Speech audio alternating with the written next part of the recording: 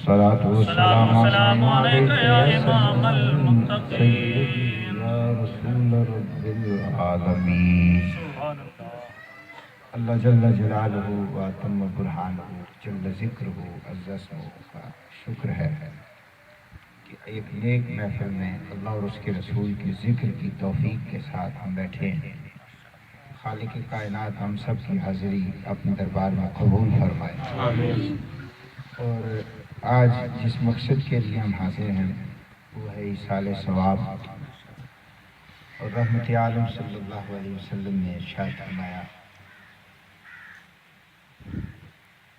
کہ جس میت جو ہے نا دریا میں ڈوبنے والے فریادی کی طرح ہوتا ہے.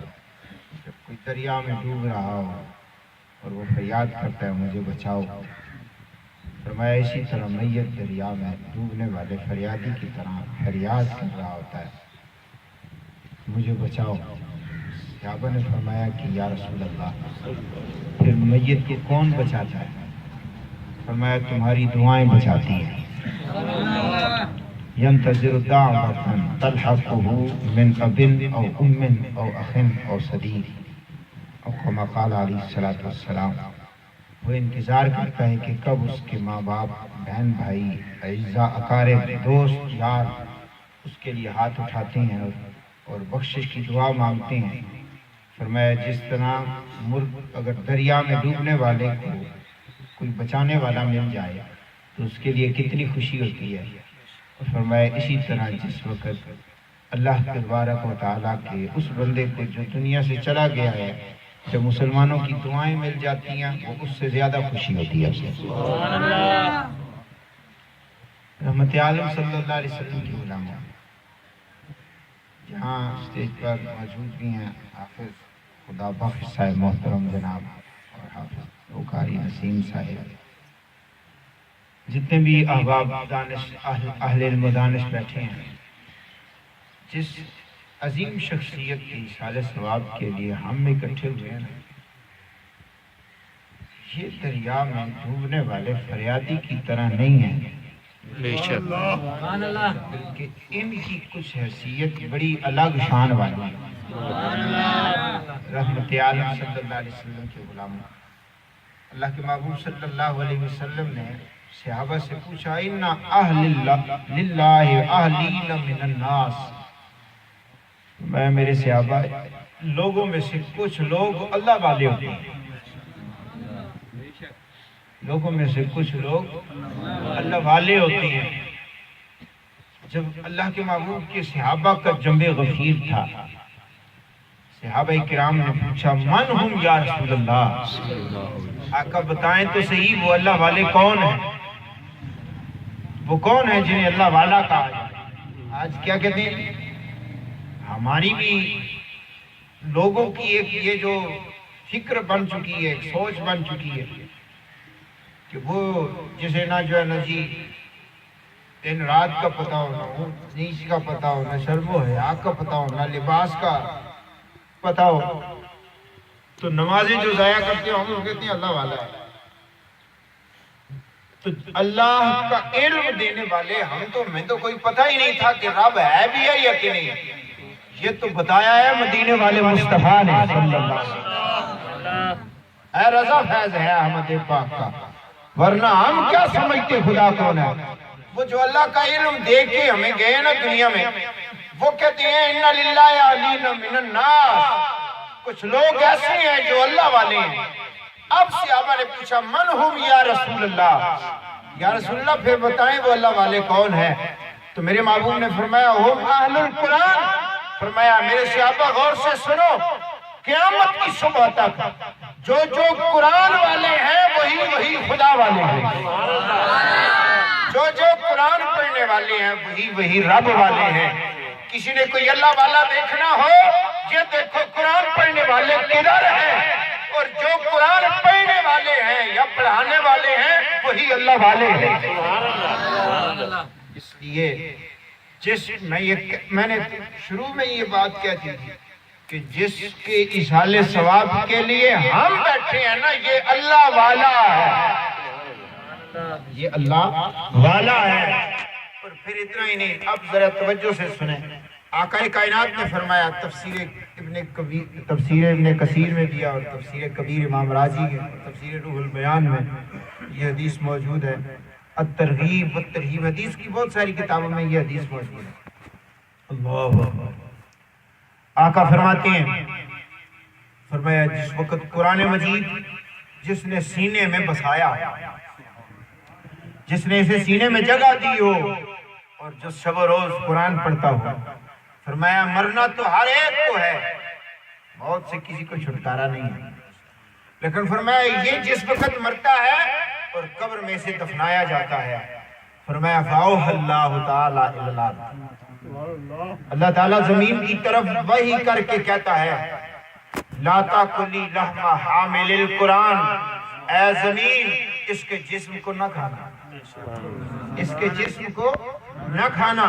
تو پھر زمین کو بھی اللہ قوت گویائی دیتا ہے اور زمین بولتی ہے، وہ کہتی ہے یا رب کیف آکل لحمہ وقد حفظت کتابک، مولا اس نے تیری کتاب کو اپنے سینے میں محفوظ کر کے رکھا ہے، میں تیری کتاب تیرے قرآن کو سینے میں رکھنے والے کو کھا بھی سکتی ہوں مولا۔ مولا جس طرح اس نے تیری حفاظت کی ہے، تیرے کتاب کی حفاظت کی ہے، تیری قرآن کی حفاظت کی ہے، مولا پھر میں بھی تیری مخلوق ہوں، اب میں اس کی حفاظت کروں۔ نعرہ تکبیر، نعرہ رسالت، نعرہ حیدری، شان مصطفیٰ۔ تو یہ اللہ والے اور یہ قرآن مجید سینوں میں بسا کے جانے والے، پھر یہ جس وقت قبر میں جاتے ہیں تو رحمت عالم صلی اللہ علیہ وسلم کے نام آقا کائنات نے سیدنا ابو ہریرہ کو فرمایا تھا، فرمایا یا ابا ہریرہ، اے ابو ہریرہ تعلم القرآن، قرآن سیکھ۔ رحمت عالم صلی اللہ علیہ وسلم نے قرآن سیکھنے کا حکم دیا۔ ذرا یہاں رک کے سوچتے ہیں کہ آج قرآن سیکھنے کا کس کے پاس وقت ہے؟ نماز کے لیے کیوں نہیں آئے جی، مسجد میں کیوں نہیں آتے جی، ٹائم ہی نہیں ہوتا، مصروف ہوتے ہیں۔ اچھا جی چلو قرآن پڑھنے کے لیے کچھ وقت نکال لو، کتنی آیتیں روز پڑھتے ہیں جی، ٹائم ہی نہیں ہوتا جی۔ اچھا جی یہ جو ٹائم ہے، پوچھا جاتا ہے کہ یہ ٹائم کس کو کہا جاتا ہے؟ کہتے ہیں یہ زندگی کی جب تک سانسیں چل رہی ہیں یہ ٹائم ہے،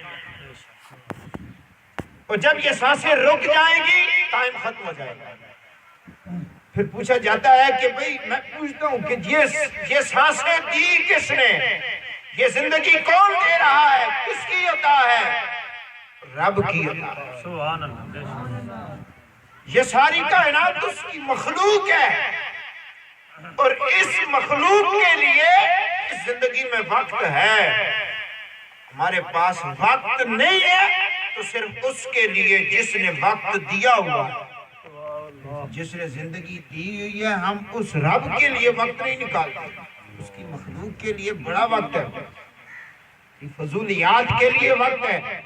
کہ آج یہ موبائل چل پڑے ہیں نا جی، ٹچ موبائل، اور اس سے پہلے بھی جو ٹچ نہیں تھے تب بھی کون سی کمی تھی، لیکن وہ دوسرے موبائل، اس پر بھی دن رات یہ نوجوان کیا، جس کے پاس وہی موبائل آتا ہے وہ کیا ہوتا ہے جی، وہ ایسے سر جھکا کے موبائل پہ لگا رہتا ہے، اسے کوئی وقت ہی نہیں ہوتا اوپر سر اٹھا کے دیکھنے کا۔ بزرگوں کے پاس بیٹھ کے محفل میں، والدین کے پاس بعض اوقات بیٹھ کے، وہ اتنی بے ادبی ہو گئی ہے کہ والدین جن کے چہرے کو دیکھنا میرے نبی نے فرمایا جس نے حج کرنا ہو اور اگر وہ نہ آ سکتا ہو مکے، تو اگر کلمہ میرا پڑھتا ہے تو پریشان ہونے کی ضرورت نہیں۔ فرمایا ایک چہرہ ماں کا دیکھ لیا کرے، ایک بار چہرہ باپ کا دیکھ لیا کرے، رب سے حج کا ثواب ملے۔ دیکھو تو صحیح، اللہ اکبر۔ ہمارے یہاں جمعہ پڑھنے کے لیے بھی جاتے ہیں تو کس وقت جاتے ہیں؟ آخر ٹائم۔